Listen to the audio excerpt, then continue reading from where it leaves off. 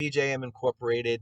I'm a home inspector in the Central Florida market for nearly 2 decades, author of the book, The Business of Home Inspection. And today we want to talk about standards of practice and within the scope of your license. And today we're going to talk to both home inspectors and real estate agents. Earlier today, I did a in-progress inspection or a pre-drywall inspection for a wonderful person. Her name is Beverly. And we engaged in a conversation about the challenges of what it's like for her as a real estate agent under her license. Now, Beverly hails from New York, and she was an established attorney in New York. So I really enjoyed the conversation. I love speaking to people who are so much smarter than I because I always learn something. And I just found the conversation stimulating, exciting, motivational, and educational. But when speaking with her, one of the challenges she felt was something that I've also felt in my business. And I know a lot of you that will listen to this will understand when I say it and probably have felt it too. When you're state licensed to do a profession, whether it be a real estate agent or a home inspector, you have a standards of practice and a scope of work that you have to stay within the boundaries of.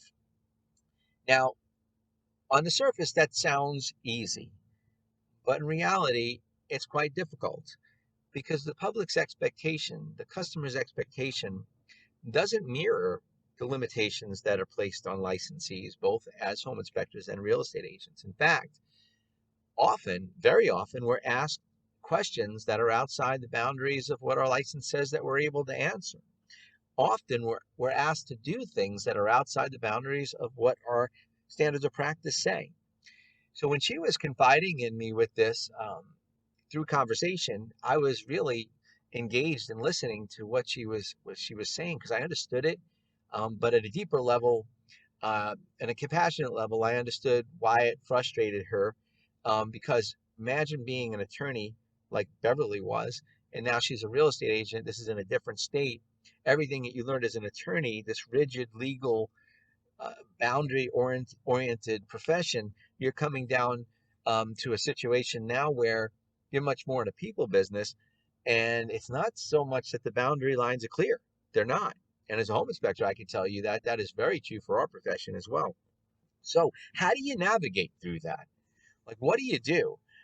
Well, from experience, I could tell you that people are placing their trust in you. So the minute that you're not able to answer a question, or you're not able to be there when they need you to help figure something out, they'll move on to someone else who will be there.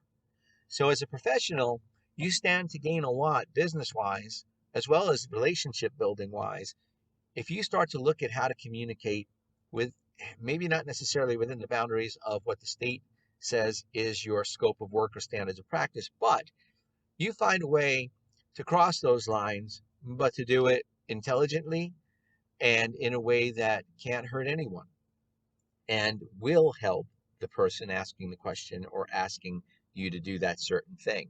Now, for example, as a home inspector, there's a lot of things that are outside the scope of a home inspection. Well, that's all well and good. But what if you get a client from, I don't know, a place where they're really concerned about water quality, and the home they're looking at has a water softener system? Do you inspect it?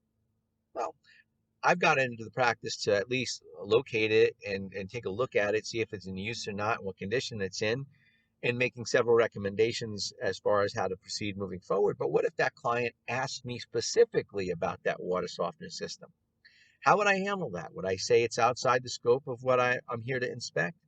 I wouldn't do that. It's not going to leave a good taste in the mouth of the client. And they're also going to be concerned about that and maybe have to seek elsewhere where maybe someone can come in and inspect it. So this is an example of how we would handle something like that. Basically, we would locate the softener, note the brand name, make sure it's powered, energized, see if it's been maintained or not, report on its condition. And then, because a water softener doesn't always convey with the sale of a home, for example, make sure that it conveys with the sale of the home. And if it does, that you would recommend having a professional come out and maybe perform some water testing or specific testing specific to that brand of water softener prior to using it.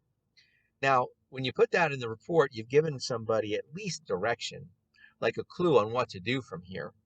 It's not like you dismissed it. You did it. You did engage in it, and you engaged in it in a general scope. And that's the key of a home inspector, really, is if you're going to look at something, it's in a general scope. So you're basically reporting on the brand, perhaps, the condition, whether it's been maintained or not, whether it's in use or not. You're going to take it to where you can't take it any longer. And then you're going to communicate both verbally to your client and in the inspection report what your recommendations are. So you haven't ignored it. You haven't just simply said it's outside the scope of the home inspection, but what you have done is you've incorporated it. And more importantly, if it was a concern to the client, you did address it to a certain degree, and that's important. As a real estate agent, believe me, when Beverly was talking to me, there were so many similarities between inspectors and realtors based on limitations and stuff like that. And it all comes down often to liability. So, like for a real estate agent, my advice to home inspectors and real estate agents would be the same, like the example I just gave you. Tackle it, be honest about it. Don't dance around it. Don't pretend to be something you're not. You're not going to come across as a authority or an authority on any particular subject there. But what you're going to do is if a client asks you to answer a question within reason, just pretend you're talking to an old friend and just basically state the obvious. Hey, listen, I'm not licensed in that field, or I'm not a specialist in that field, but here's what I've learned from past experiences. And then you can basically share your knowledge of what you've learned in the past. I think that a lot of times people get hung up with answering a question because they think they have to give a very specific answer. But if you reset your mind, do a mind reset on that. In other words, when somebody asks you a question and you don't have a factual specific answer, draw an experience from the past. When you've come across this in the past, what's happened? What was the solution? How was it handled? That's pretty important stuff, and it will help you engage in these awkward moments where you feel like it's a boundary you don't want to cross. Well, you can't cross a boundary if you're drawing from personal experience and you're putting it in the context of your personal experience. Third party stories and previous experiences are a great way to share knowledge and information because you're not coming across as some licensed specialist in this one arena. What you're doing is you're basically sharing knowledge of where you've been, what you've learned. And there's nothing wrong with that as long as you make sure that the receiver of that information understands you're not reporting to them as a specialist. What you're doing is you're reporting to them within the sphere of your own career experience. And then simply refer them to somebody, not one specific person, just give them a couple different options of people to interview, or suggest that they shop around for, different contractors or different people who might be specialists in that area and see what they would recommend. But you've informed them based on your personal experiences what possibilities might lie ahead. And that is a worthy thing to do because when people have questions they need answered, well, you're that first point of contact at this moment in time. So the way I view our job is my job as a home inspector, my team's job as home inspectors, and real estate agents like Beverly, how I view our job is we're there to take care of the customer, to address concerns, to be a specialist within our own scope. But then when asked questions that are outside the scope of our license, to be real strategic in how we answer it, but answer it. Play a part in being part of the solution, I guess is a good way to put it. So it's all about balance, and it's all about communication.